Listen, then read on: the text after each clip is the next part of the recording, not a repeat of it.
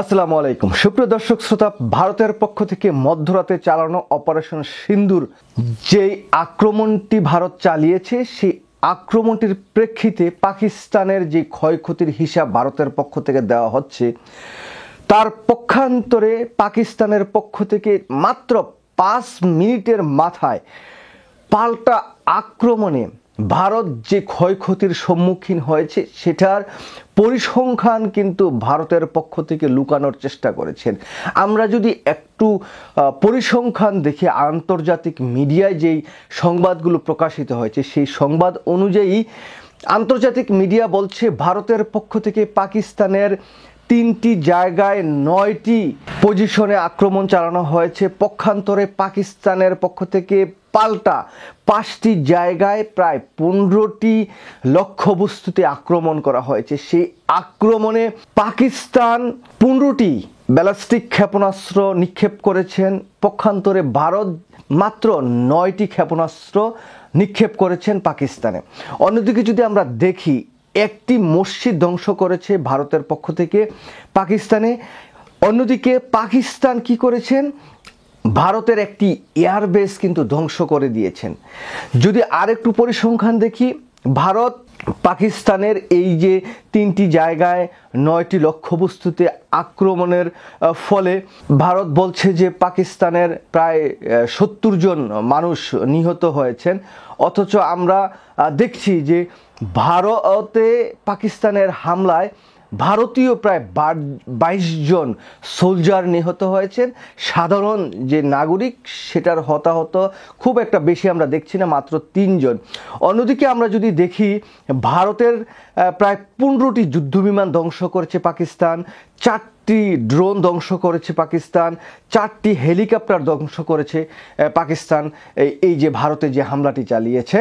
তো আমরা পরিসংখ্যান অনুযায়ী আমরা যদি দেখি যে একটি বাড়ি ধ্বংস করেছে ভারতের পক্ষ থেকে পাকিস্তানে, অন্যদিকে 5টি সেনা ছাউনি ধ্বংস করেছে পাকিস্তান।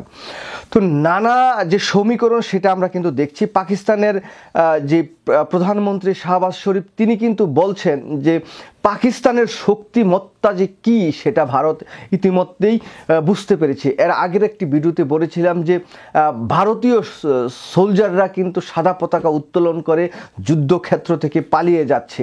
এই যে অপারেশন সিন্দুর ভারতের পক্ষ থেকে চালানো হচ্ছে, সেই জায়গায় আমরা দেখছি যে ভারতীয় এই হিন্দুত্ববাদী রাষ্ট্র হিন্দু কোনো বড় অফিসারকে না রেখে একজন মুসলিম কর্নেল সুফিয়াকে সামনে এনে একটু গ্ল্যামার দেওয়ার চেষ্টা করছেন। দেখুন, ভারত ওই যে সিনেমার যে হলিউড বলিউডের সিনেমা, সে সিনেমার দৃশ্য আবার এই যে বাস্তবিক যে যুদ্ধক্ষেত্র সেই জায়গায় কিন্তু তারা সেটা আনার চেষ্টা করেছেন। এই কর্নেল সুফিয়াকে সামনে এনে তারা একটু গ্ল্যামার দিয়ে যুদ্ধটাকে হয়তো বা অন্যরকম একটু দেখানোর চেষ্টা করেছেন, কিন্তু প্রকৃত যে সমীকরণ, প্রকৃত যে ক্ষয়ক্ষতির যে পরিসংখ্যান সেটা কিন্তু পাকিস্তানের থেকেও অনেক বেশি হচ্ছে ভারতের। কারণ ভারত পাকিস্তানে আক্রমণ করে কোনো এয়ারবেস ধ্বংস করতে পারে নাই, কোনো সেনা ছাউনি ধ্বংস করতে পারে নাই, এবং কি ভারতীয় সোলজাররা কিন্তু পাকিস্তানের সীমানায় ঢুকে এখন পর্যন্ত কোনো আক্রমণ চালাতে পারে নাই। অন্যদিকে আমরা দেখছি যে পাকিস্তানি সোলজাররা কিন্তু ভারতে ঢুকে, আমরা আন্তর্জাতিক যে মিডিয়া আল জাজিরার রিপোর্ট অনুযায়ী দেখছি প্রায় 150-রও অধিক সোলজার ভারতের সীমানার ভিতরে ঢুকে তারা এখন কিন্তু একেবারে সশরীরে অপারেশন পরিচালনা করছেন। দেখুন, এই যে ভারতকে কঠিন জবাব দেওয়ার জন্য ইতিমধ্যেই পাকিস্তানের সেনাবাহিনীকে কিন্তু অনুমতি দিয়েছে পাকিস্তানি সরকার। তো যে বিষয়টি এখন প্রধানত সামনে এসে দাঁড়িয়েছে, ভারত কিন্তু পাকিস্তানে আক্রমণ করার যে পরিকল্পনা, ভারতীয় সেনাবাহিনীকে যে অনুমোদন, সেটা কিন্তু অনেক আগে থেকেই দিয়ে রেখেছিলেন ভারতের প্রধানমন্ত্রী নরেন্দ্র মোদী। অথচ ভারত যখন পাকিস্তানে আক্রমণ করলেন তার অনেক পরে গিয়ে পাকিস্তানের সেনাবাহিনীকে ভারতে আক্রমণ করার অনুমতি দিয়েছে। সেটা অনেক পরে দিলেও পাকিস্তানে ভারতের আক্রমণের ঠিক 5 মিনিটের মাথায় যে পাল্টা রিয়েকশনটা পাকিস্তানের সেনাবাহিনী বা পাকিস্তানের নৌবাহিনী, বিমান বাহিনী একেবারে তাৎক্ষণিকভাবে যে প্রতিক্রিয়াটা জানানো, যে পাল্টা আক্রমণটা জানানো, এটার মধ্য দিয়ে কিন্তু ভারতের যে সোলজার তাদের কিন্তু মনোবল অনেকটাই ভেঙে পড়েছে। এখন দেখার বিষয় যে পরবর্তী সময়ে আসলে কতটুকু সামনের দিকে যুদ্ধটা আগায়। তো প্রাথমিক পরিসংখ্যান অনুযায়ী আমরা দেখছি যে পাকিস্তানের যে ক্ষয়ক্ষতি তার চাইতে অনেক বেশি পরিমাণ ক্ষয়ক্ষতি কিন্তু ভারতের হয়ে গিয়েছে, কিন্তু সেই ক্ষয়ক্ষতিটা ভারত এখন ঢেকে রাখার চেষ্টা করেছেন এবং জনগণকে দেখানোর চেষ্টা করেছেন। এই সুফিয়ার মতো মুসলিম সোলজারদেরকে সামনে নিয়ে আসছেন।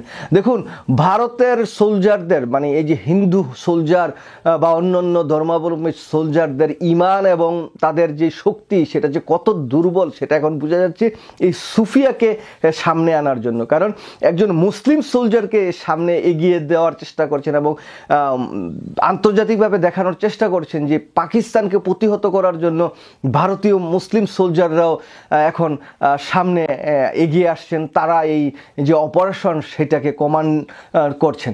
দেখুন, ভারত এমন একটি রাষ্ট্র, এই রাষ্ট্রটি প্রতিষ্ঠার লগ্ন থেকে আজ অবধি ভারতের সবচাইতে উল্লেখযোগ্য যে কাজগুলো সেটা কিন্তু ভারতীয় মুসলমানরাই করেছেন। অথচ এই ভারতীয়রা, এই হিন্দুত্ববাদী আগ্রাসনবাদী এই সৌর সরকাররা দেখেন সবসময় মুসলিমদের উপর অত্যাচার নির্যাতন করে মুসলমানদেরকে ভারত থেকে বিতাড়িত করার চেষ্টা করেছেন। অথচ আজকে ভারত পাকিস্তান এই যুদ্ধে এই ভয়াবহতার মধ্যে একজন মুসলিম সোলজারকে কিন্তু তারা সামনে আনলেন এবং সামনে এনে তাকে প্রেজেন্ট করার চেষ্টা করেছেন নানাভাবে। যাই হোক, তো আমরা প্রাথমিকভাবে যেই তথ্য দেখছি সেই জায়গা থেকে ভারতের শক্তিমত্তা অনেক বেশি হলেও পাকিস্তান যে এই পর্যন্ত অনেক দূর এগিয়ে আছেন সেটা নির্দ্বিধায় বলা যায়। তো যাই হোক, সুপ্রিয় দর্শক, আরও অনেক তথ্য আসছে, অনেক কিছু আমরা দেখছি, সেগুলো নিয়ে হয়তো পরবর্তীতে